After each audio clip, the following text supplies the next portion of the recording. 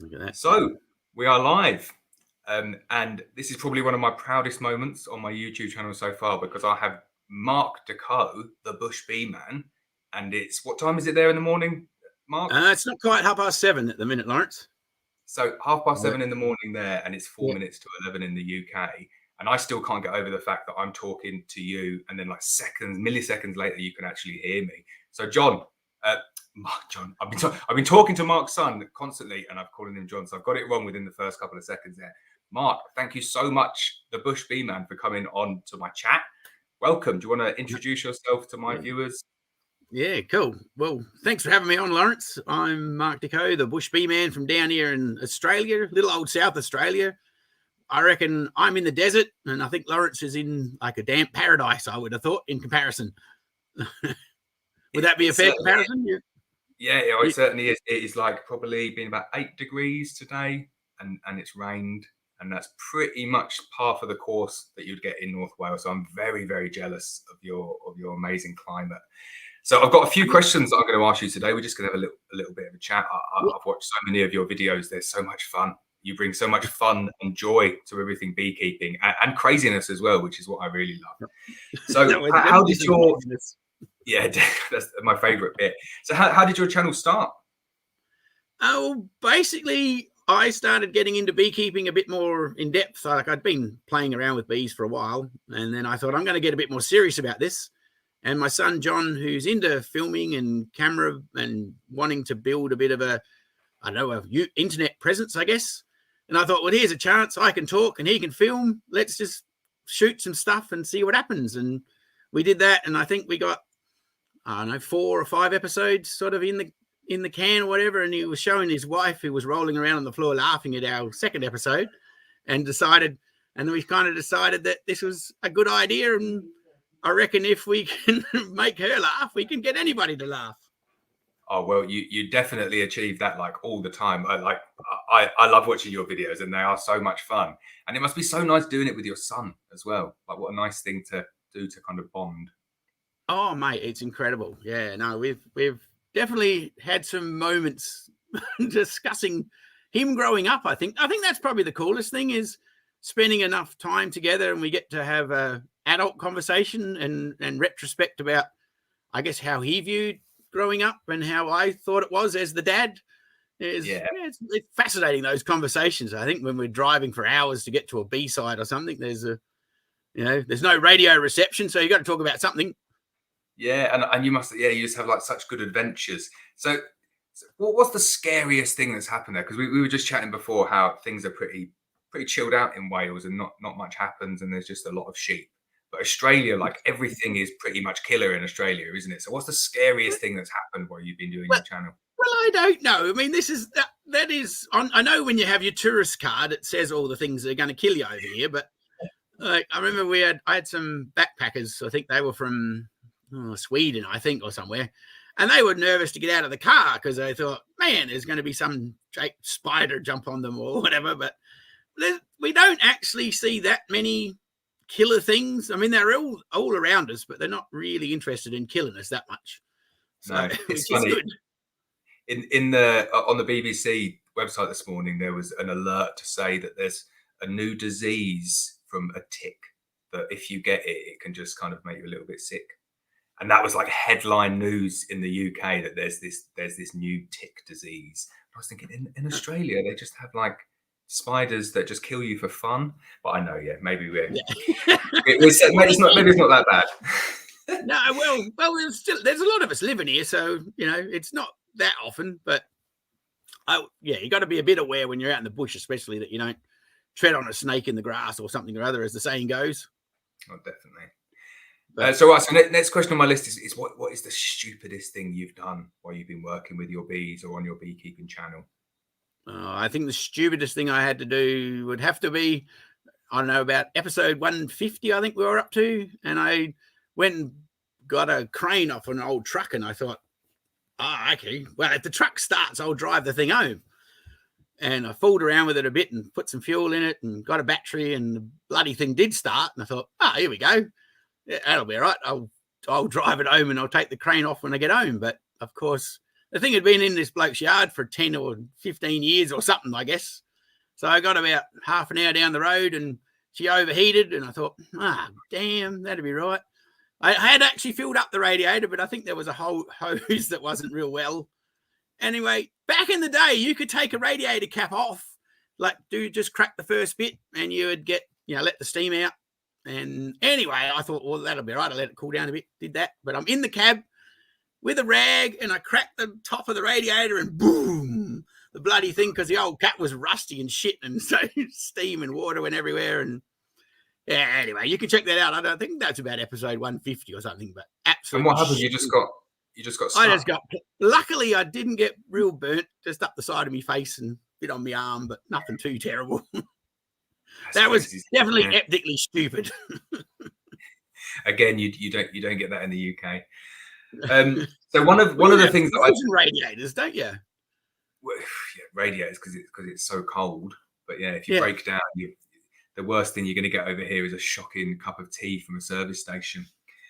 So one of the things I noticed with your channel, and I know you're a big fan of these, is your bee suit. So you wear the same bee suit as me, BB Wear Ultra Suit. So tell me about your suit. Are you a fan? Yeah, oh mate, they're really cool. I mean, I reckon they're the one bee suit that I've got that don't actually get stung in. They don't, because they've got the padding thick enough. I did read all. I'm a terrible promotional individual, but they have got the actual webbing that's in between is nice and thick, so the bee stings can't get to you. Is that, you would probably know more than me, Lawrence? You do the rap for me. Yeah, well, it's exactly that. Like I bought it because I was getting too hot in my other bee suit, so I bought it to cool me down. And I'm exactly the same. The big selling point for me of that suit is the fact that you just do not get stung through it, especially like through the wrists or anywhere where it gets tight up to you. So I've got a couple of them now, and I love them. You can't go back to a poly cotton suit, and this is. Again, we're in the UK. It's barely 20 degrees in the summer, but I can imagine what it would be like in Australia when you get some proper sunshine. It's mate, the overnight lows are higher than 20 degrees. Yeah, like it's 20 degrees in the middle of the night. It's crazy. So how many episodes have you done now on your channel? Oh, mate, I don't know. I lose track. We're over a couple hundred. Wow. So. Yeah. And do you have like any favorites or any that like stick in your mind? Like, tell me about your best ones. Probably one of the early ones when we were doing some cutouts out of an old it was like an outhouse, and we were trying to chase the queen around. That was rather fun. Listening to her piping inside the wall, and I was thinking, yep, there she is, and trying to catch her. But that was early on, and I don't know. I don't do many cutouts now because it's jolly time-consuming exercise. Do you do cutouts and stuff?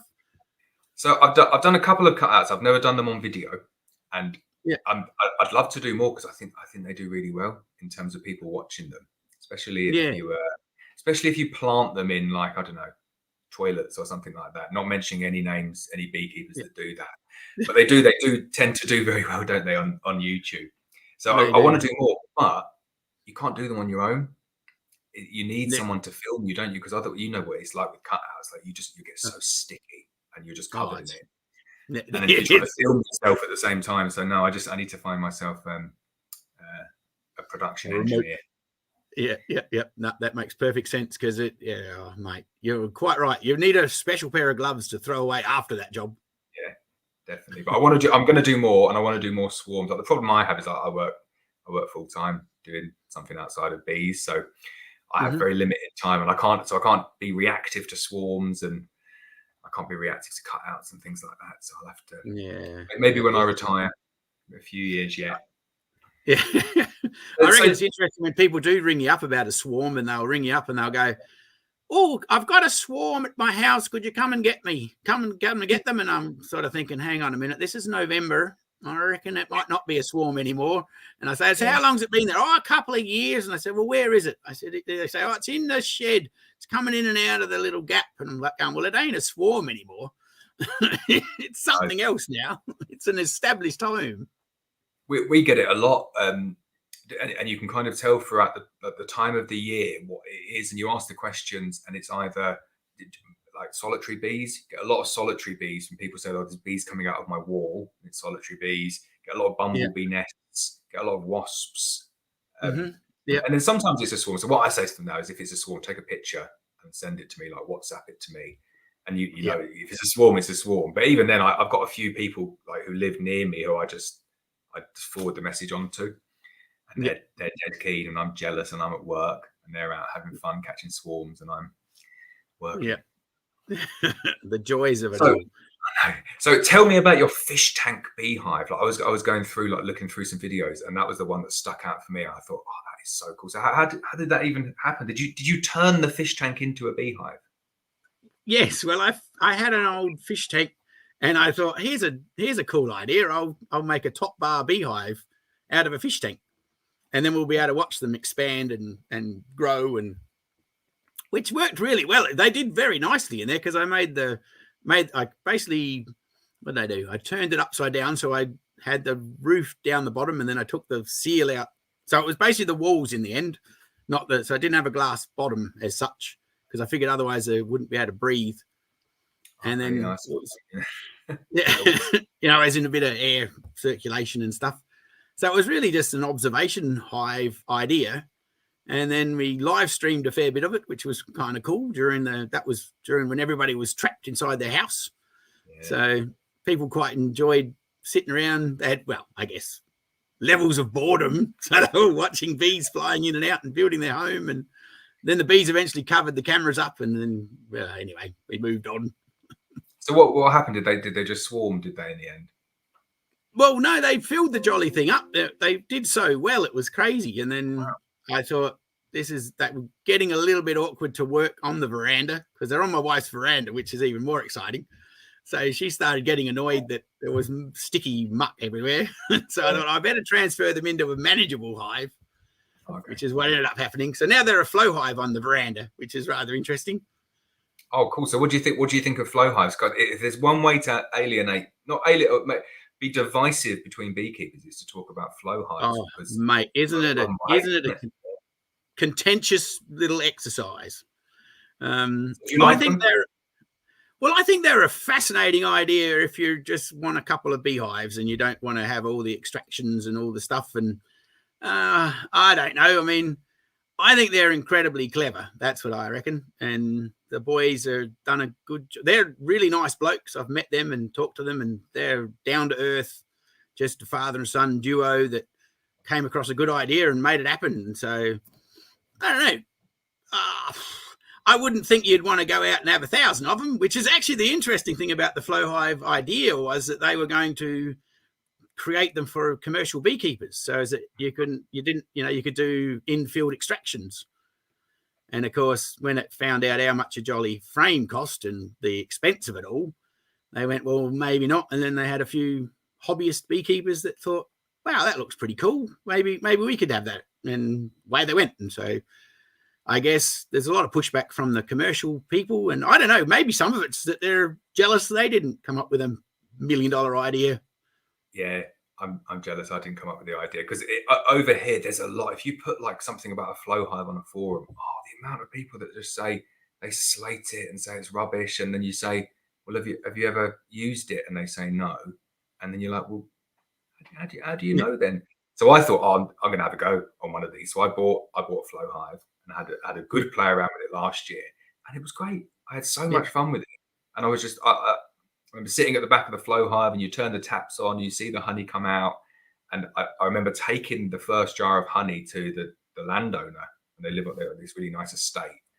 And I gave her the jar of honey, and she was like, "It's still warm. Is that normal?" And it was like, "It's warm because it's literally just come out of the hive." And we sat there and just ate it on toast, and it was so nice. And I do think it's just like the nicest honey that you can have. And you're right, if you just want 1 or 2 hives and you don't want to spend 600-700 quid on an extractor, okay, the flow hives are a bit more expensive, but you haven't got to mess around. Quite neat. Really I think they're I think they're a fascinating thing, the way they made it work. And if you hear their story about all the prototypes to actually get it to work, it's quite fascinating to get to the point where they ended up to make something that actually did flow. So, but they're quite protective, I think, over the design of it as well, aren't they? I do feel bad in terms of, I think a lot of people copy the design, Well, I think that on that is the other thing too. You want to be careful. A lot of people get excited about them not being such a good product, but some of the products that you get aren't necessarily from Flow Hive themselves. They're some knockoff from somewhere else. And I figure if you've got a Flow Hive turned up and it's got a bamboo excluder, it's probably not an original. Definitely, yeah. You can go straight on the fire, the bamboo excluder. So yeah. I reckon that's a hint. Yeah. So you've been beekeeping for years. So what like one piece of advice would you give to a brand new beekeeper? Best bit of advice is try to follow your own instincts to a point. Like watch us guys that apparently know what we're doing. But the bees are the best teachers you're going to have, because you try not to be.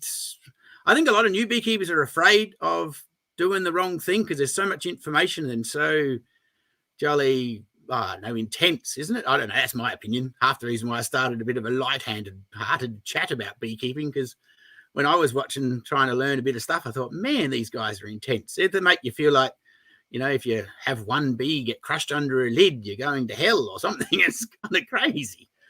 And so, yeah, just chill out a bit and perhaps don't stick your head in the hive every day, because, the bees they'll get annoyed with you after a bit. Just let them do their thing and go there and check them sort of, I don't know, every other month or something.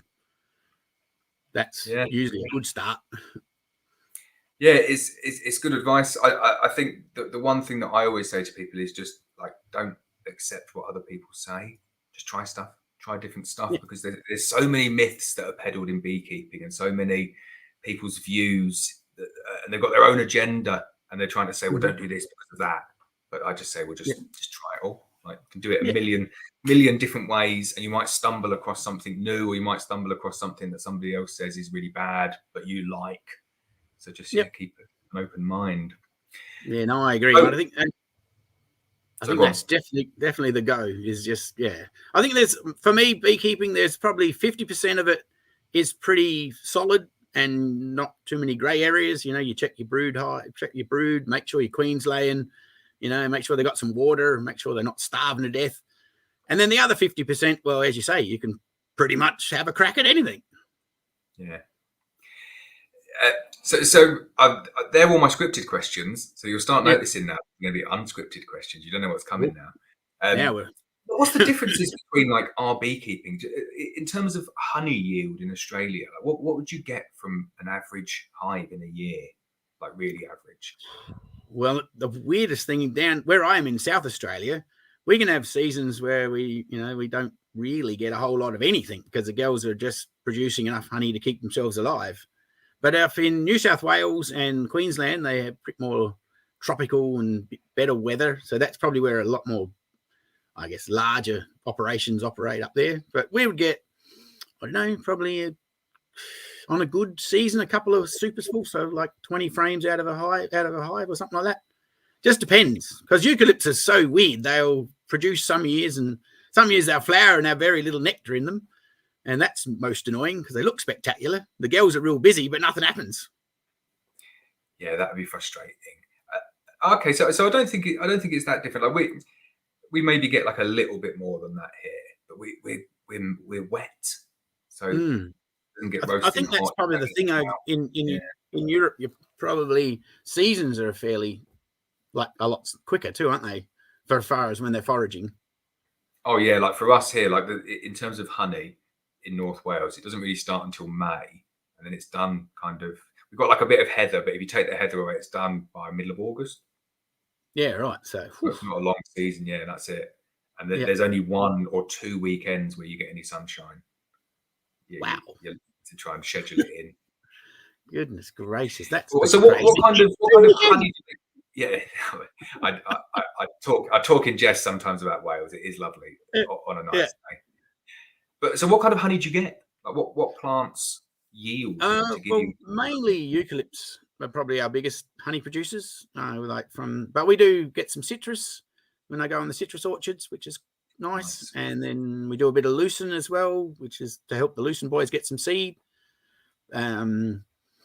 Some sort of wildflowers, but yeah, mainly eucalyptus, which has kind of got its own unique flavor. If you want to have Australia in a jar. That's the way to go. You can taste the basically the gum trees in the honey. Oh, nice. And we get different ones as well. Yeah, I've never tasted any of those honey, so I'm gonna have to get on the internet and get some. What was I going to say next? Oh, so Varroa. So it's finally managed to make its way to Australia. I was going to ask you about that. How do you guys go with it? We do fine. It's not that much of a nuisance for us. Like it, you've probably been living bliss-free or blissfully and not having to worry about it. And I think over here we've had like 30 years of managing Varroa, and people are just accustomed and used to it now. But if you get a lot of people over here that won't treat, and they want to just do treatment free and try and let the bees evolve some sort of mechanism to cope with it. And you see some quite like high level bee farmers who do that with some of their colonies in isolated areas and seem to get relatively good success. But it's interesting seeing like what's happening in Australia. It was all over the news, and it seems to have gone quiet from an international perspective now. So is it there? Are people seeing it? Well, it's still here, and I think the powers that be are. I'm not sure. I mean, I'm a bit of a negative Nelly, so I don't know. I just look at the rest of the planet, and I think, well, every other country it's landed in has kind of not managed to contain it. So I think we're at a point where it's, well, anyway, I might be wrong, but I'll probably have the jolly DPI ringing me up going, you can't say that on the internet. We'll shut you down. But yeah, I don't know. I'm not that hopeful that we're going to contain it, but I hope they do. But I feel sorry for the beekeepers that are getting destroyed over it. But there's people getting. Are they getting any insurance? Is it like a case of they're getting, I don't know, like an insurance payment, or are they just saying, sorry, we're coming and killing them? Yeah, well, I think they're supposed to be paying people, for basically destroying their livelihood, but who knows, honestly. I mean, I haven't actually heard from the actual people that are on the ground getting their hives burnt, so that would be interesting. Maybe they could come on here and tell us what actually happened from their point of view. I can't see how it can be contained because it's not something that kills a colony so quickly. Like I think they did studies and it showed like most colonies untreated with a high Varroa load will perish within like 3 or 4 years. But in the 3 or 4 years, they'll still thrive and the colonies will grow and expand and swarm. And then you've got all the phoretic mites that are just sitting on the bees. So one colony that swarms will go and swarm. And then because you have such long seasons, they're probably swarming like multiple times. So you've got one colony that will go into another swarm, and then 2, and then 6, and then 8, or whatever. And that's just from one colony. So unless they nipped it in the bud when the first mite was detected, which I doubt how would they have known that there was an infestation? No, we were close to 6 months in before they even detected them, I think, from what I could read. And the other thing that I don't know, that researched a little bit about it, that it seems that the drones, because they'll go into any colony and be accepted anywhere, and if a mite jumps on one of them, well, then they can cart them all around to everybody anyway. So, and you only need one mite in the hive, and away you go. And I don't know. And what do you do with all the ones that are in the bush? We got bees everywhere, in trees and under jolly lounge suites, and God knows, anywhere that they can find somewhere to be living. So what do you do with all of them? There's nothing, because that's it. Once they're in the wild population, that's it. You can't get rid of them from the wild population because they're so prolific, and they'll just like nip into a little drone brood, and that's it. They're not coming back. And away we go. Yeah. So I don't know. Anyway, but I suppose it's maybe we're just wanting to raise the flag and say, well, we're still Varroa free, but I think we're done. But there's a business opportunity there somewhere, there isn't there, for something in terms of selling something to Australian people. In terms of like genuine methods and management for tackling and managing Varroa. So I'm sure that's the other thing that I find amazing too, is across the planet where the little blighters are, everybody has a different approach, and because it depend a bit on the weather too, maybe, and the seasons, and because I think you guys in Europe are probably lucky because you have a brood break more often. Like with, as you were saying, you only get like 3 or 4 months where they're really hectic, and then so when they're doing their wintering and they have a brood break and so the Varroa's got nothing to breed in, it probably helps control them a bit. But we don't even have that. We just keep breeding the whole year round. So goodness knows what it's going to look like down here. So it's true. We generally get a brood break kind of at some point, like middle of November through to December. And then what people do with that is they double down on it, and they'll do some sort of sublimation of oxalic acid. Tends to be the preferred one, which will give you like a really good drop of all of the phoretic mites, the mites that are living on the bodies, and then there's nothing in the brood.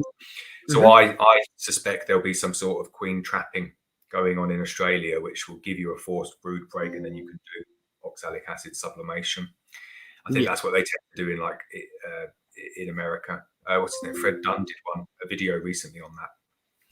Yeah, no, but what a fun game that's going to be with more than I don't know, man. I'm not looking forward to it. I'm thinking that'll be interesting. It'll go to the yard at 120 hives and try to catch all the queens and try to keep them from getting damaged. And man, I don't know. I'm looking at it thinking, I don't know.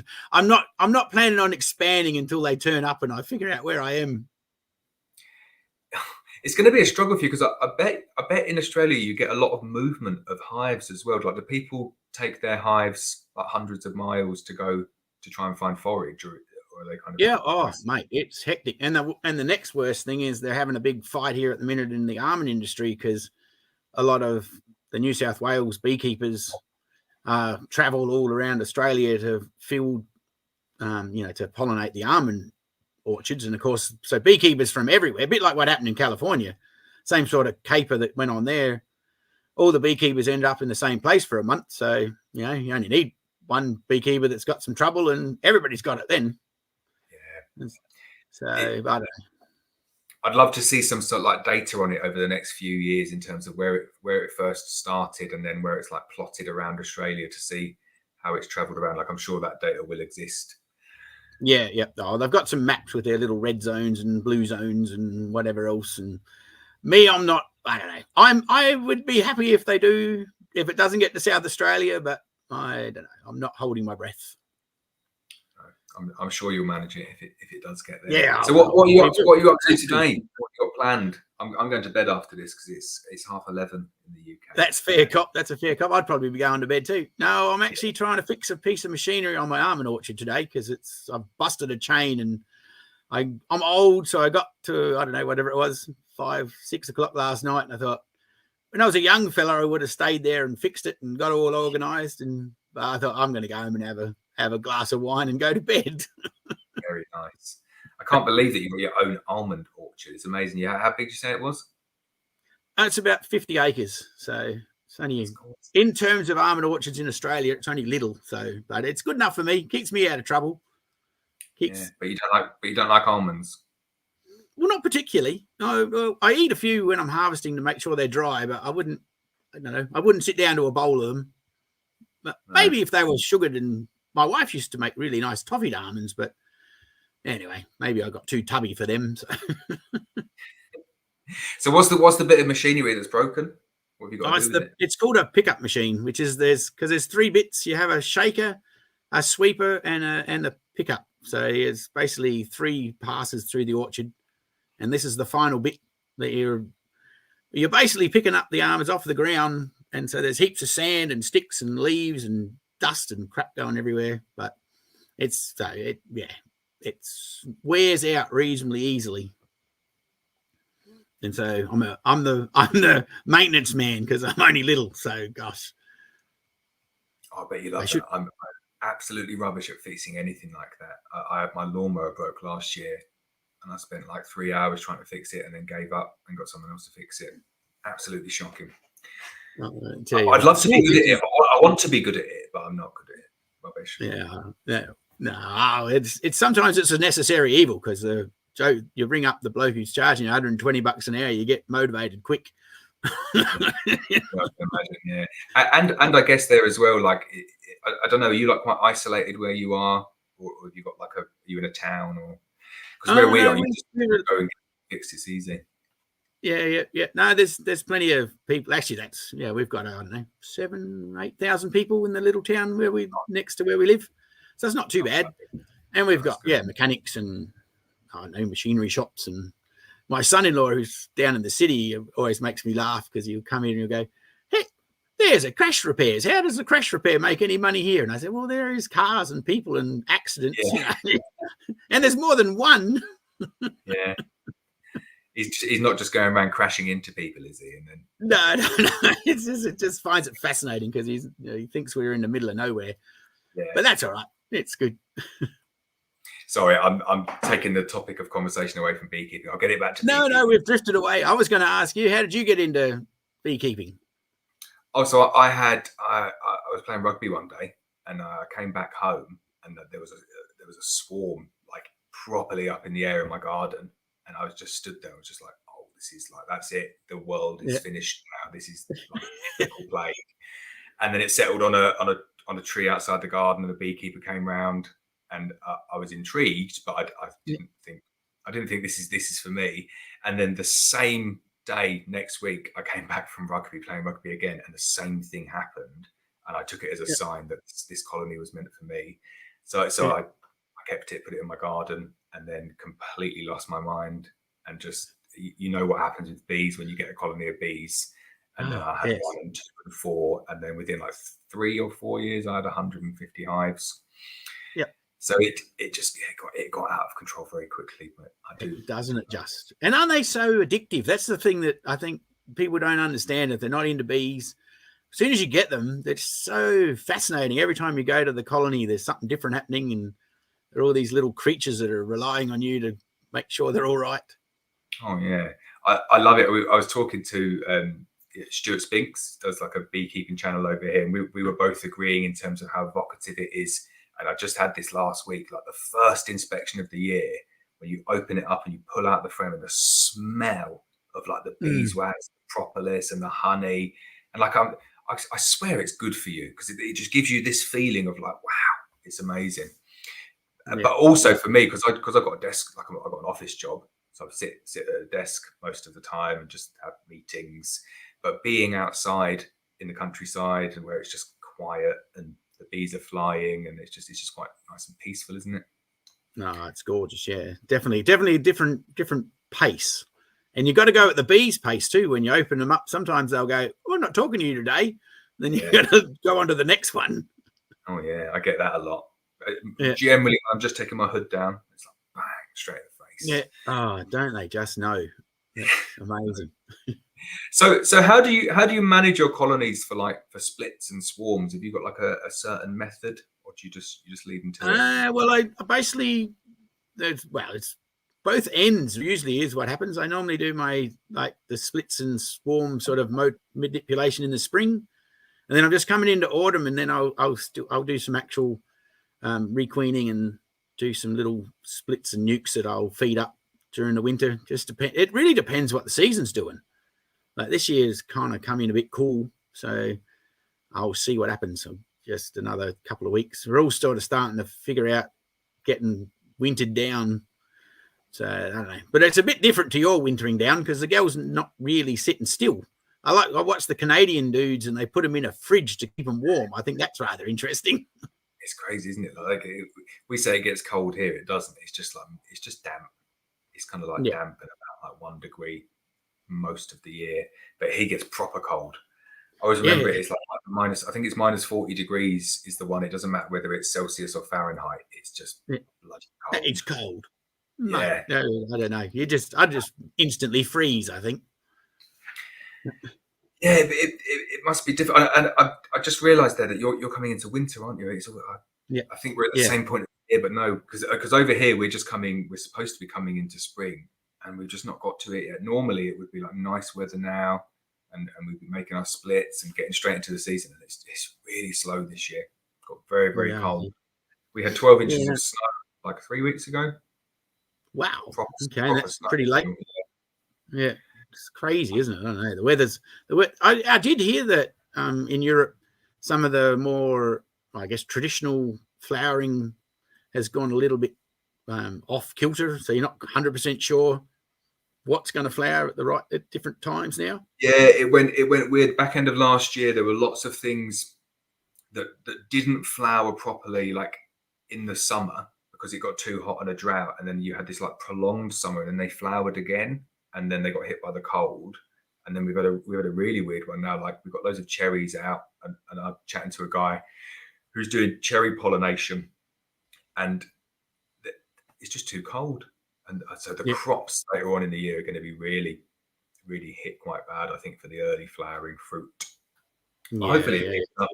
But even picking up, it's only going to be like 16, 17 degrees. It's pretty cold still. Yeah. So I'll just having a look through some of the comments.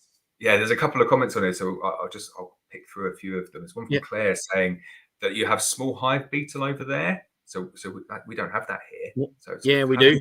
How does that impact your colonies, and what do you have to do to manage small hive? Well, luckily down where I am, basically in the desert, where the small hive beetle needs to go out and lay out in the dirt to breed, and it doesn't do so well. But up in New South Wales, they have terrible trouble with slime outs, and because it's a bit more damp and a bit more conducive to the hive beetle. So I don't have a lot of trouble. I have a few little traps that I put in and catch them a bit and squash them under the hive mats, but they're not really a problem. I've never had a slime out. I've never had them get to a point that the bit that it gets me going is when you do have, I have a big infection. I'll call it like 5 of them, and the bees have got them all hurdled into a corner, and then you lift the lid off, and then the bees run, and then they jolly little hive beetles run as well. And you're like, yeah. So I don't know. The girls must keep them in a group or something. It's kind of cool from their point of view. So they're not. Yeah, it's something I really hope we don't get over here, because it's just another thing that you have to put in place some sort of. Oh, heck, now what happened? Oh, what did we do?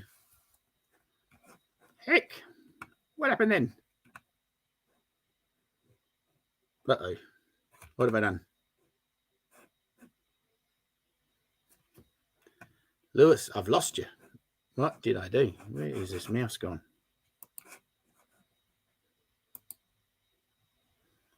Oi. No. What have I done?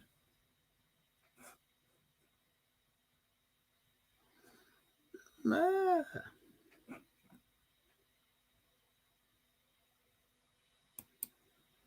don't know.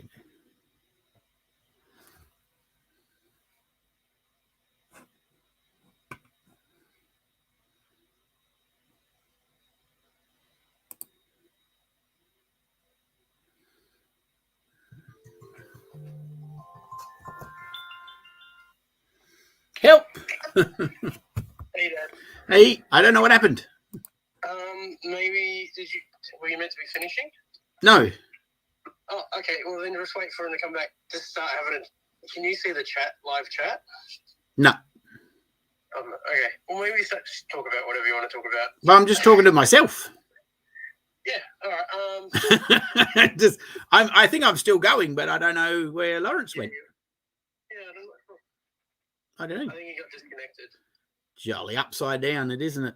I'll tell you what, we were doing pretty good, I thought, crossing the traverse of the river. Do I go in and out? No, you stay.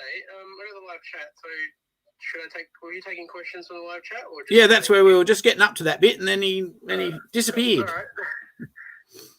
He's coming back. So, do you want anybody got any live questions that we can ask in the chat? And I'll feed them back to you, Dad. Okay. All right. Let's go back and see what people have asked. Look at you keeping an eye on me. Oh, here we go. He's coming back. Cool. All Ta-da! right. Yay! Well managed. That is a first for these streams, that my camera died. How much battery I got left in the camera? Flat. Yeah, and I think it might happen again. This is not good. My battery's dead on there, so we're gonna try and wrap it up as quick as I can with this charger here. I'm so sorry about that. That's all right. That's the joys of it all. It will go off again. So I will wrap it up just because we've got a nice little neat one there. Thank you so much for coming on. I really enjoyed the chat. We'll have to do it again sometime, and we'll maybe do it before the daylight saving time changes in Australia. And when I've charged up my battery on my camera, I'm so embarrassed. That's never happened before. But you did very well, and I love the fact that John called you up straight away in the background. Missed it. Yeah, he's always got his eye on me. So there we go. I will call it a day there. Enjoy your day fixing your almond machinery. We'll catch up again soon. Thank you so much for coming on, and take care of yourself. But thank you for coming on. I'm sorry that my camera went off like that. So no, too easy, champ. I'm glad I'm not the only one that has technical issues with all this technology. I think we did pretty good. Thanks for having me. It's been great.